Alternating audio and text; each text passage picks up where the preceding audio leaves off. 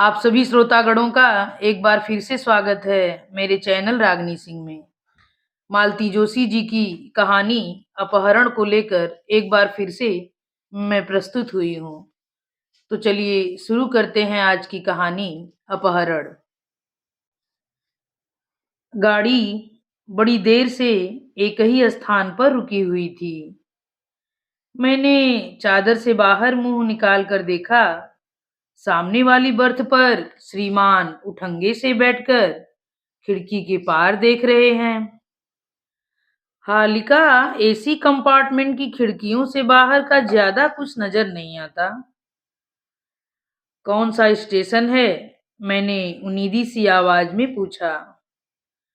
शायद राउर केला है। क्या? कितनी जोर से चीख रही हो, सुनाई नहीं दिया क्या? सुनाई नहीं दिया तभी तो। भगवान, क्या तुम भी अपनी बुआ जी की तरह ऊंचा सुनने लगी हो? दया करना देवी जी, वो 4 दिन के लिए आई थी तो मेरा गला सूख गया था। तुम्हारे साथ तो मैं पागल हो जाऊंगा। आप है ना, मुझे एक अच्छा सा हियरिंग एड ला कर देना, फिर कोई परेशानी नहीं होगी। फालतू शौक मत पालो। कहो तो मैं तुम्हारे लिए हीरे के एक जोड़ी टॉप्स और बनवा दूंगा, पर अपने कान सलामत रखो। हम लोगों की चुहल शुरू हो गई थी। याद ही नहीं रहा कि हम लोग घर में नहीं हैं, ट्रेन में हैं और इस समय रात के 3 बज रहे हैं। अपनी भूल का एहसास तब हुआ जब ऊपर लेटी महिला ने कंबल से मुंह निकालकर नीचे की ओर झांका। उस नीम अंधेरे में मैं उसके चेहरे के भाव तो पढ़ नहीं पाई, पर नींद में खलल पड़ने पर उसे जो कोफ्त हुई होगी उसका अंदाजा मुझे था। लोग इतना ढेर सारा किराया अपने आराम के लिए ही तो देते हैं। मेरी उम्र का लिहाज करके उसने कुछ कहा नहीं, पर उसका इस तरह नीचे झांकना ही काफी था। मैं चुपचाप करवट बदलकर लेट गई और चादर सिर तक खींच ली। इन्होंने एक दो बार कुछ कहना चाहा, पर मेरी ओर से जवाब न पाकर चुप हो गए। एक अरसे बाद ट्रेन में बैठी हूँ। इस बीच ट्रेन के कायदे कानून लगभग भूल ही चुकी हूँ। आजकल ऐसा हो गया है कि पास में जाना हो तो कार से चले जाते हैं, लंबा सफर हो तो हवाई जहाज को ही तरहीज देते हैं। मुंबई से कलकत्ता इतना लंबा सफर तो मैं ट्रेन से हरगिज न करती, पर बाल हट के आगे झुकना पड़ा। हुआ यह कि शिशिर की बिटिया ने कैलिफोर्निया में ही एक हिंदुस्तानी दूल्हा ढूंढ लिया था, पर दोनों की जिद थी कि शादी भारत में ही करेंगे और पारंपरिक तरीके से करेंगे। हिंदुस्तानी शादी का ग्लैमर ही कुछ खास है। तभी तो कई बार विदेशी लोग भी यहाँ आकर शादी रचाते हैं। शादी तो गोवा के एक रिसोर्ट में होनी है, पर वर पक्ष का इसरार था कि सगाई की रस्म कलकत्ते में हो, ताकि परिजन भी होने वाली बहू को देख लें। सबका तो गोवा जाना संभव नहीं है। इस कार्यक्रम के लिए अमृता भी कनाडा से सपरिवार आई हुई है। तो नाती पोतों ने जिद की कि ट्रेन से चलेंगे ताकि कंट्री को ठीक से देख सकें। वैसे मैं जानती हूँ कि भारतीय रेल में एक बार सफर करने के बाद ही वे हमेशा के लिए तौबा कर लेंगे, पर एक बार तो भुगतना ही है। अत्यंत कृपावत होकर हमारे लिए AC 2 की टिकटें खरीदी गईं। बाकी जनता AC 3 में सफर कर रही है। बच्चों का तो स्लीपर में जाने का मन था, पर माँ बाप ने डपट दिया, इसलिए चुप हो गए। मैंने सिर तक चादर ओढ़ ली थी, पर नींद तो कोसों दूर जा चुकी थी।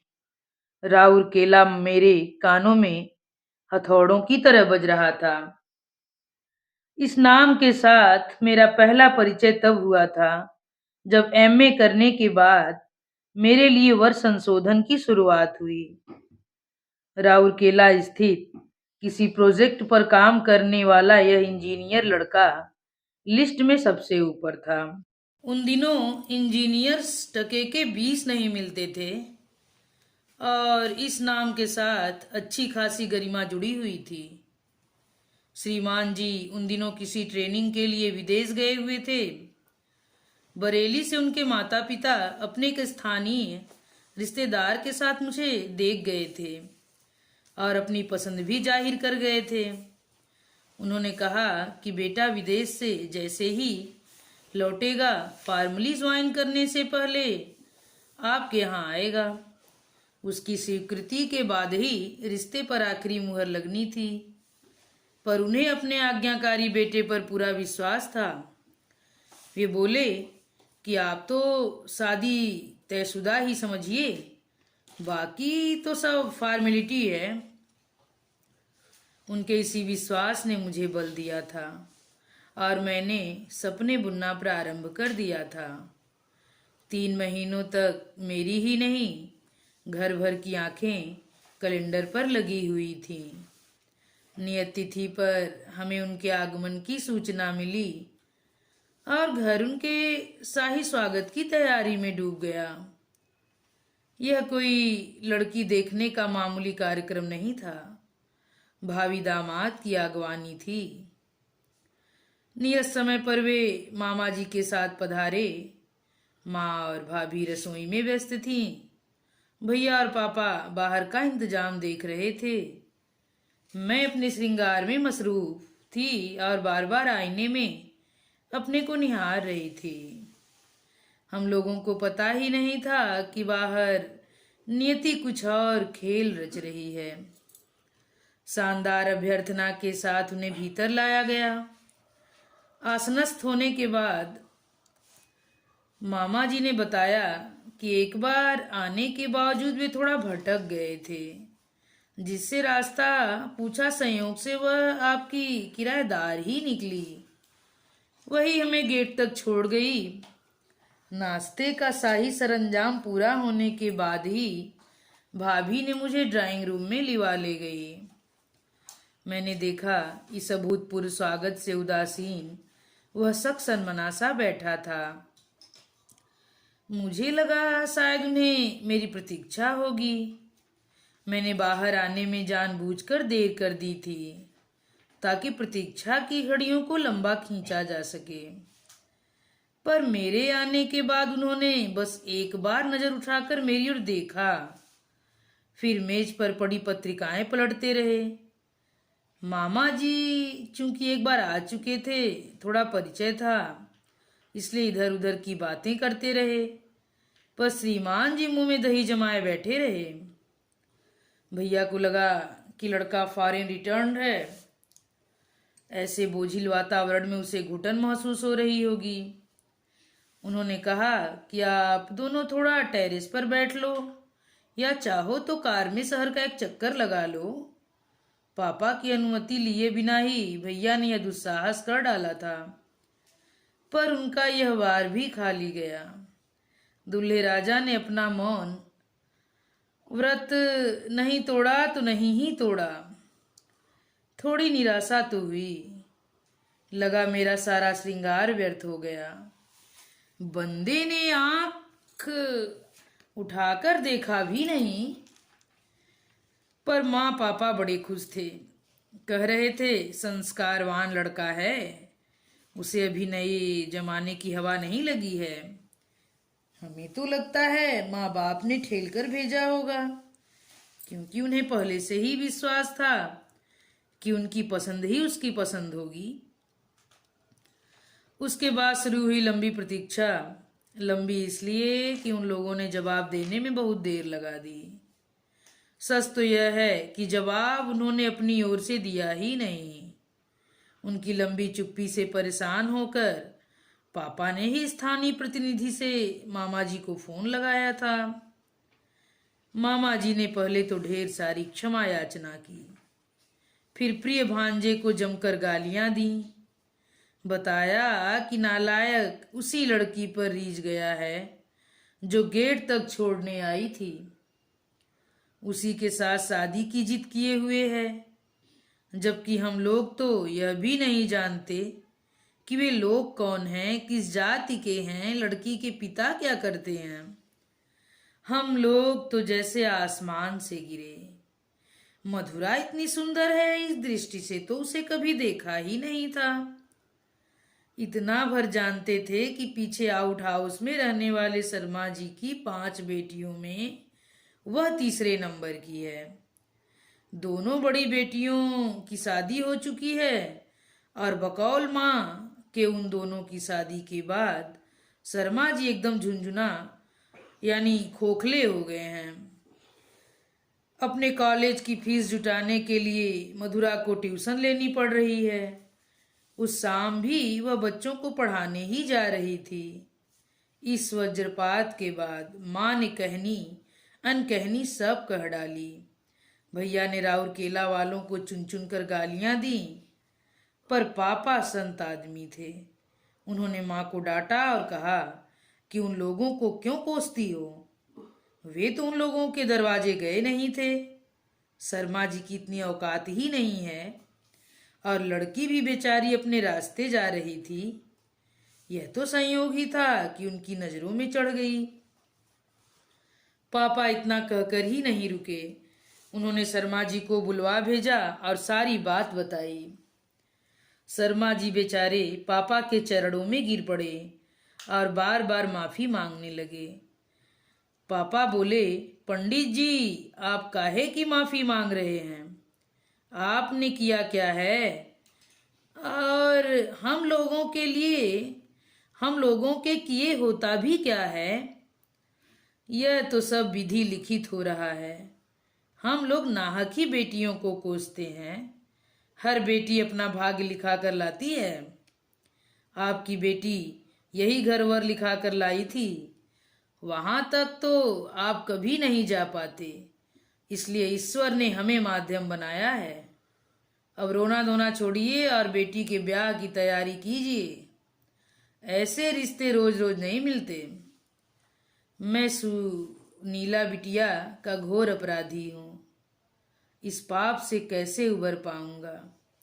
आपने कोई अपराध नहीं किया है। रही सुनीला की बात, तो उसके भाग्य में इससे भी ऊंचा घर वर होगा, तभी यहां बात नहीं बनी। पापा के लाख सौजन्य के बावजूद वे लोग अपराध बोध से मुक्त नहीं हो सके और कुछ ही दिनों में घर छोड़कर दूसरी जगह चले गए। उस घटना के बाद मधुरा तो हमारे सामने पड़ी ही नहीं। जाते समय उसके माता पिता विदा लेने आए थे, पर वह कहीं नजर नहीं आई। यथा समय वह विवाह भी हो गया। सुना कि वर पक्ष ने ही सारा खर्च उठाया था। निमंत्रण हम लोगों के पास भी आया था, पर किसी के जाने का सवाल ही नहीं था। हाँ, माँ को संदेह ही नहीं, पूरा विश्वास था कि पापा जरूर वहां गए होंगे और ढेर सारा रुपया देकर आए होंगे। उसके बाद कई कई दिन तक मेरा हंसना बोलना, घूमना फिरना सब बंद हो गया था। मैं घंटों कमरे में बैठी शून्य में ताकती रहती। माँ पापा को मेरी चिंता होने लगी थी। भाभी जब तक मेरे बालों में हाथ फेरकर मुझे निःशब्द सांत्वना देती रहती। आखिर एक दिन भैया के सब्र का बांध टूट गया। चीख कर बोले, तुम इस तरह बिहेव क्यों कर रही हो? यह कोई तुम्हारी लव मैरिज तो थी नहीं। चियर अप, ऐसे दर्जन भर लड़के लाकर मैं तुम्हारे सामने खड़ा कर दूंगा, लेकिन इससे पहले अपने आप को संभालो। तुम्हारी शक्ल पर ऐसे 12 बज रहे हैं मानो बड़ा भारी प्रेम भंग हो गया हो। प्रेम भंग न सही, पर मेरा बड़ा भारी मान भंग तो हुआ ही था, वह भी एक मामूली हस्ती द्वारा। एक नाचीज सी लड़की मेरे रूप गुण विद्या वैभव सबको धता बताकर मेरे नियोजित वर को हरण कर ले गई थी और मैं कुछ नहीं कर पाई थी। अपमान की आग से सुलग उठी थी मैं और लग रहा था कि मैं भीतर ही भीतर एक दिन क्षरण हो जाऊंगी। यह ज्वालामुखी शादी के बाद पति के चंदन स्पर्श से ही शांत हो पाया था। पापा का वचन सत्य साबित हुआ था। मेरे भाग्य में उससे कई गुना अच्छा घरवर मिला था। सुंदर, संपन्न, सुशील, सुसंस्कृत, सुशिक्षित, विशेषणों की कतार लगाई जा सकती थी। उसके बाद जिंदगी ने कभी शिकायत का मौका नहीं दिया। संतति, संपत्ति, मान, सम्मान, शोहरत सब कुछ मिल गया था। पति के साथ आधी दुनिया घूम ली थी मैंने। अब भी साल के आधे दिन विदेश में ही कटते हैं। बेटा यूएसए में है, बेटी कनाडा में। मुंबई में 4 बेडरूम वाला फ्लैट है। नासिक के पास अपना फार्म हाउस है। सुख और किसे कहते हैं। फिर उस शहर का नाम सुनते ही मन में मरोड़ सी क्यों उठी है। जिस शख्स की शक्ल तक मुझे याद नहीं है, उसकी याद में इतनी तड़प क्यों है। जिस अध्याय को मैंने जीवन का किताब से फाड़ कर फेंक दिया था, वह अपने समूचे विद्रूप के साथ मेरे सामने फिर क्यों खड़ा हो गया है। बुझे हुए शोलों में फिर से यह दहक कैसी। नहीं, यह किसी की याद नहीं है। यह तो अपमान की आंच है जो कभी बुझी ही नहीं थी, राख के नीचे दबी पड़ी थी। मधुरा, तूने मेरे अस्मिता को ठोकर मारी थी। मैं तुम्हें कभी माफ नहीं कर सकती। यहीं अंतिम शब्दों के साथ यह कहानी यहीं पे समाप्त होती है। और आप लोगों से विदा लेने से पहले मेरा विनम्र अनुरोध है कि अगर यह कहानी आप लोगों को पसंद आए तो कृपया मेरे चैनल को सब्सक्राइब, वीडियो को लाइक और अपने दोस्तों में शेयर करना मत भूलिएगा।